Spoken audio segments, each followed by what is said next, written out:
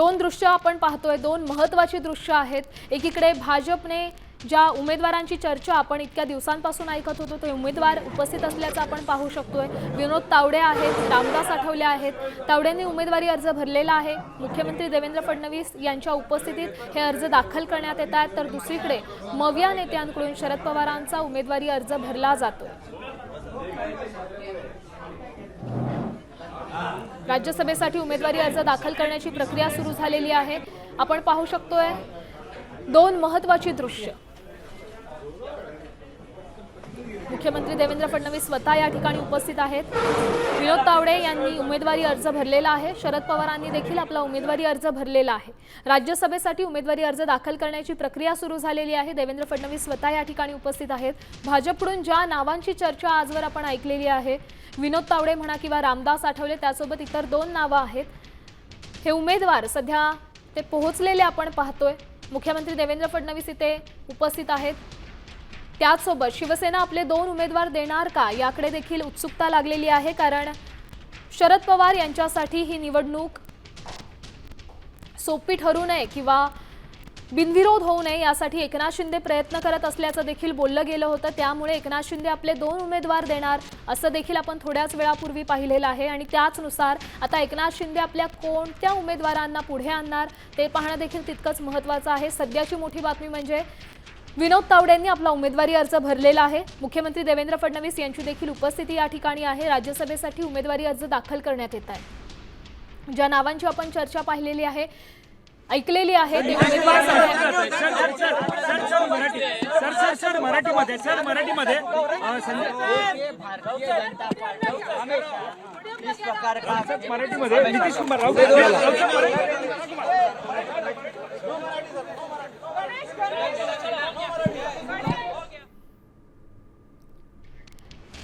आपण पाहिलं संजय राऊत माध्यमांना प्रतिक्रिया देत होते।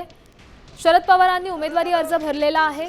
त्याचसोबत विनोद तावडे यांनी देखील आपला उमेदवारी अर्ज भरल्याचं कळतंय। ही दृश्य आपण पाहू शकतोय।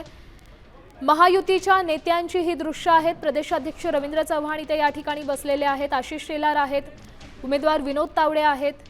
मुख्यमंत्री देवेंद्र फडणवीस यांच्या उपस्थितीत ही प्रक्रिया करण्यात आलेली आहे। उमेदवारी अर्ज भरण्यात आलेले आहेत।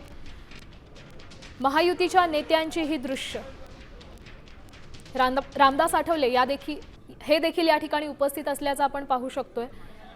ज्या नावांची चर्चा होती भाजपकडून त्यापैकी दोन नावं रामदास आठवले, विनोद तावडे हे दोघेही या ठिकाणी उपस्थित असल्याचं आपण पाहू शकतोय। प्रदेशाध्यक्ष रवींद्र चव्हाण आहेत। त्याचसोबत आता शिंदे आपले कोणते दोन उमेदवार रिंगणात उतरवतायत हे पाहणं देखील तितकंच महत्त्वाचं आहे, कारण शरद पवार यांच्यासाठी ही निवडणूक बिनविरोध होऊ नये यासाठी शिंदे प्रयत्न करत असल्याचं बोललं जातं। या संदर्भात अधिकची माहिती देत आहेत आपले प्रतिनिधी गणेश कवडे। गणेश, काय सांगाल? सध्या उमेदवारी अर्ज दाखल करण्याकरता नेते मंडळी उमेदवार इथे पोहोचलेले आहेत, काय अपडेट आहे? नक्कीच भाजपकडून आहे ते उमेदवारी अर्ज दाखल करण्यासाठी रामदास आठवले असतील, विनोद तावडे आहेत, त्याचबरोबर रामदेव वडकुते असतील, रवींद्र चव्हाण असतील, मुख्यमंत्री देवेंद्र फडणवीस हे सगळेजण आहेत ते दाखल झालेले पाहायला मिळतात। उमेदवारी अर्ज दाखल करण्याची प्रक्रिया सध्या सुरू आहे। तर रामदास आठवले यांचा उमेदवारी आहे तो पहिला अर्ज आहे तो भरला जातोय। तर शरद पवार यांचा उमेदवारी अर्ज आहे तो दाखल झालेला पाहायला मिळतोय।